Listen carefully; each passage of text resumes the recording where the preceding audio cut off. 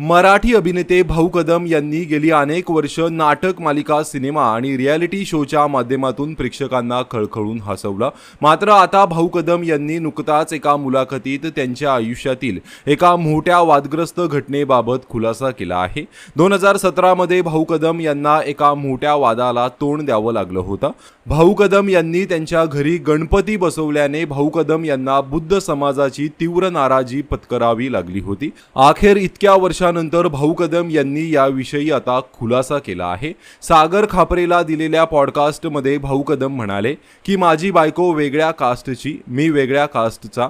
तिच्या घरी गणपती यायचा तर मला कोणीतरी शाडूचा गणपती गिफ्ट दिला होता, इको फ्रेंडली होता. तर तो शाडूचा गणपती मी घरी घेऊन आलो. बायकोने बघितलं, ती म्हणाली आपण तो ठेवूया. पुढे एक वृत्तवाहिनी घरी शूट करायला आली. शूट झाल्यामुळे ते दिसलं आणि मग आमचे जे बुद्ध बांधव ते म्हणाले हे बरोबर नाही, आम्ही हे करत नाही तर तुम्ही हे का करतायत. सॉरी, मला नव्हतं माहीत की याचे एवढे पडसाद उमटतील. आणि मग मी काही कोणाला रिप्लाय नाही दिला. म्हटलं जाऊ दे, नको. जो मला बघून मोठा होतोय आणि आपण जर त्याचा आदर्श ठरतोय आणि हे त्यांनाही नको असेल तर त्यांचं पण बरोबर आहे.